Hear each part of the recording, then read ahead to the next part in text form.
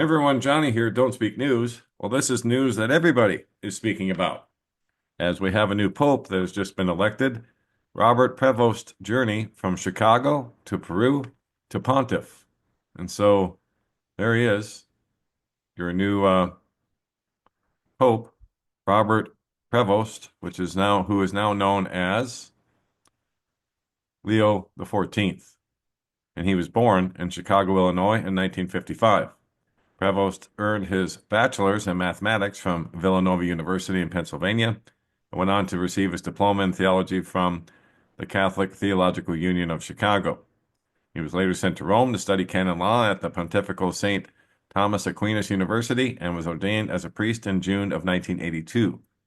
Later in his career, he taught canon law in the seminary in Trujillo, Peru. While it is often said cardinal electors would always shy away from choosing a pope from the U.S., due to America's outsized global political influence, Prevost's long experience in Peru may have mitigated those fears among the electors. And they're saying that he's somebody that, even though he's from the West, would be very attentive to the needs of a global church, according to Elise Allen, CNN's Vatican analyst. You're talking about somebody who spent over half of his ecclesial career abroad as a missionary in Peru. Allen added that he is seen as an apt leader in Vatican circles because he's able to accomplish things without necessarily being authoritarian about the way he does things. Prevost is somebody who is seen as an exceptional leader. From very young, he was appointed to leadership roles. He's seen as somebody who is calm and balanced, who is even-handed, and who's very clear on what he thinks and needs to be done, but he's not overly forceful in trying to make that happen. And so that's a brief summary of who this person is. And now Trump has chimed in and calls the first American Pope election a great honor for our country. President Trump celebrated the news that the College of Cardinals elected its first American Pope, Cardinal Robert Prevost of Chicago, calling the news a great honor for our country. He says, "Congratulations to Robert Francis Prevost, who was just named Pope." Trump wrote, "It's such an honor to realize that he's the first American Pope. What excitement and what a great honor for our country. I look forward to meeting Pope Leo XIV. It will be a very meaningful moment." Indeed, it will be. It'll be very interesting, ladies and gentlemen, to see how he works with the new person in charge of the office of the false prophet. Just saying. So does this translate into Peter the Roman, as the Pope prophecy of the popes describes? Or was Pope Francis Peter the Roman? Some people say that if you translate his name using, what is that? Numerology stuff. But anyway, that it translated to Peter the Roman. And that was Pope Francis. That was the last pope. So who knows? It's a Catholic prophecy, not in the Bible. Just saying. I wonder if this Pope Leo XIV translates somehow. I'm sure some of you who are familiar with those types of things will chime in the comments. Anyway, that's the latest on the Pope. I'll let you read the rest for yourselves. It's all over the internet. I don't really need to put up a link for this one. I just happened to type in CNN to see what they had to say about it, and there was a whole bunch here, so I went with that. Now we'll move on to wars, rumors of wars, as I originally planned for this segment.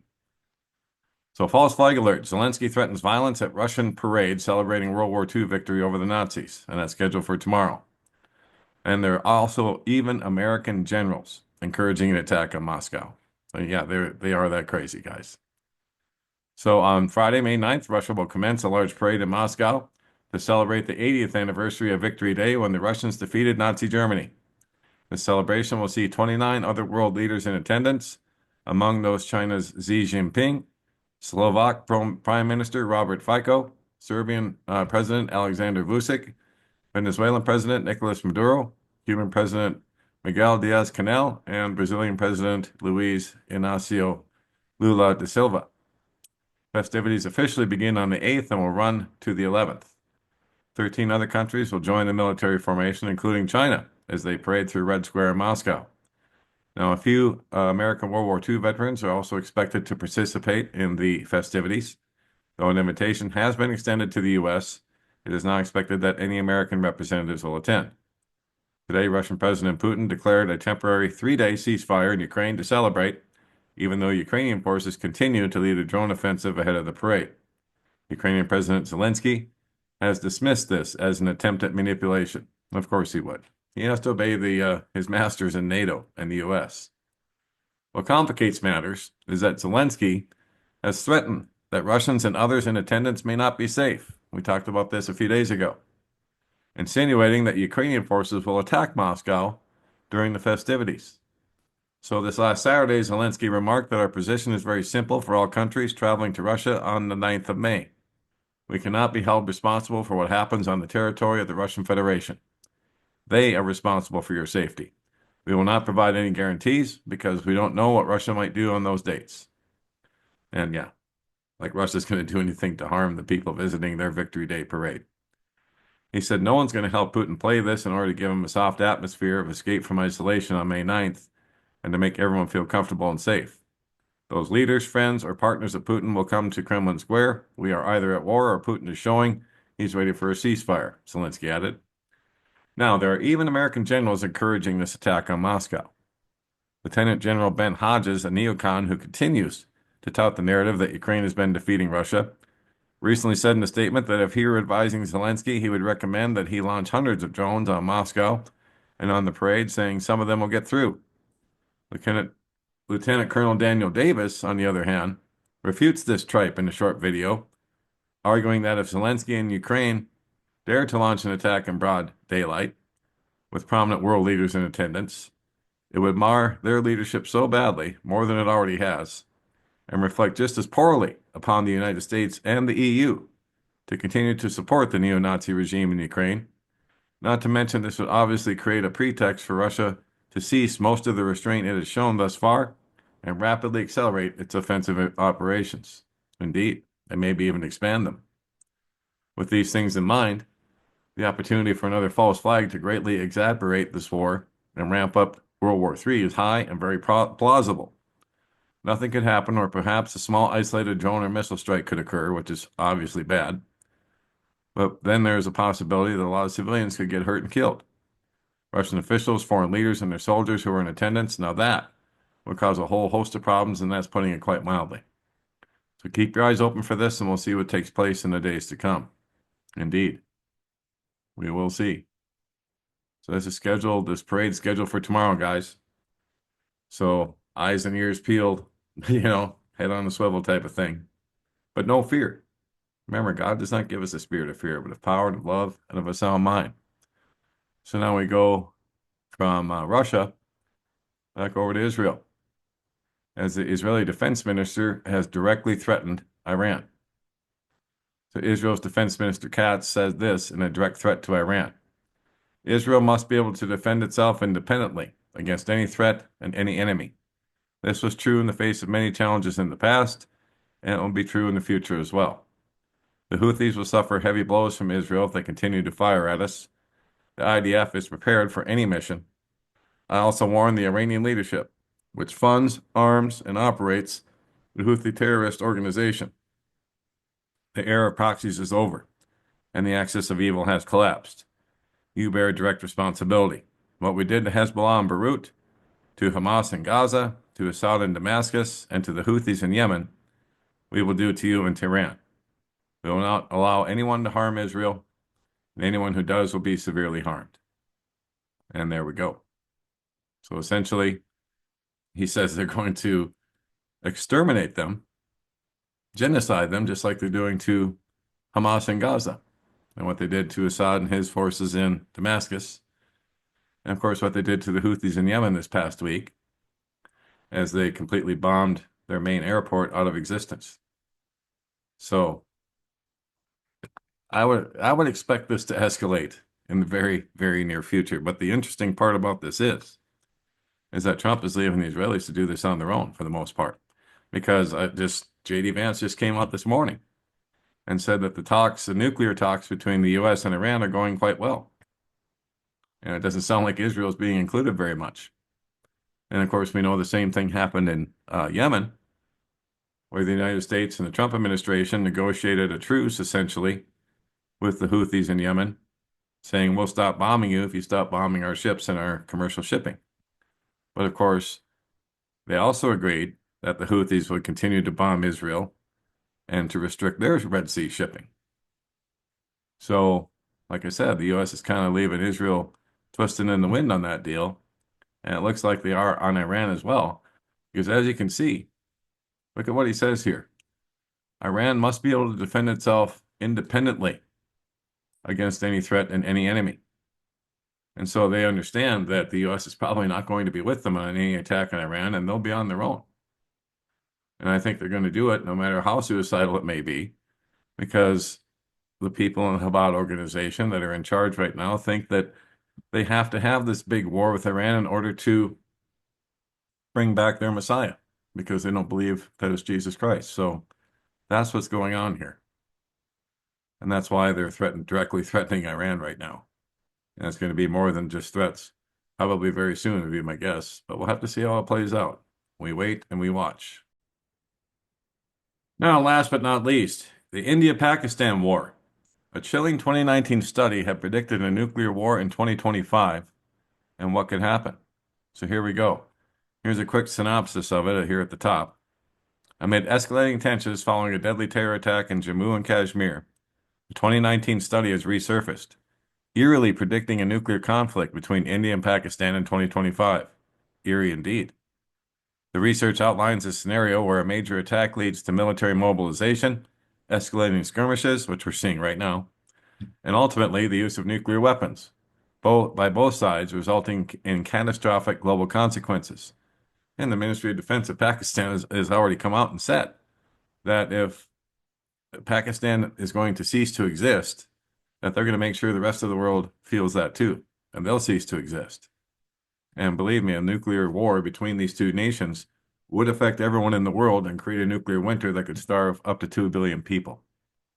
So keep that in mind, as tensions between India and Pakistan have sharply escalated after a horrific terrorist attack in Jammu and Kashmir's Pahalgam last week, which claimed 26 lives, as we know. Amid growing fears of war, several Pakistani military and political figures have openly threatened to use nuclear weapons. Amid this volatile backdrop, a 2019 research paper published by Routledge is drawing renewed attention. The study eerily predicted a nuclear conflict between India and Pakistan in the year 2025, sparked by a high-casualty terror attack. So how would it start? Well, the researchers theorized that a major terrorist attack, which was initially imagined as an assault on the Indian parliament, would provoke India to mobilize troops along the line of control, prompting Pakistan to respond in kind, which they both already have. As tensions boil over, skirmishes and casualties on both sides would lead to rapid escalation, and we have seen that. As happened in January 2002, both sides mobilize and deploy their troops. Skirmishes break out and there are deaths on both sides, the paper stated. Now the first use of nuclear weapons. According to the study, once the Indian forces begin advancing into Pakistani territory, Pakistan's generals, fearing a conventional defeat, resort to nuclear weapons. And on day one, Pakistan uses 10 tactical nuclear weapons, each with a yield of 5 kilotons, within its own borders against Indian tanks. On day two, the paper says that Pakistan launches 15 more tactical nukes. In response, India uses 20 strategic nuclear airbursts targeting Pakistani military installations and nuclear depots.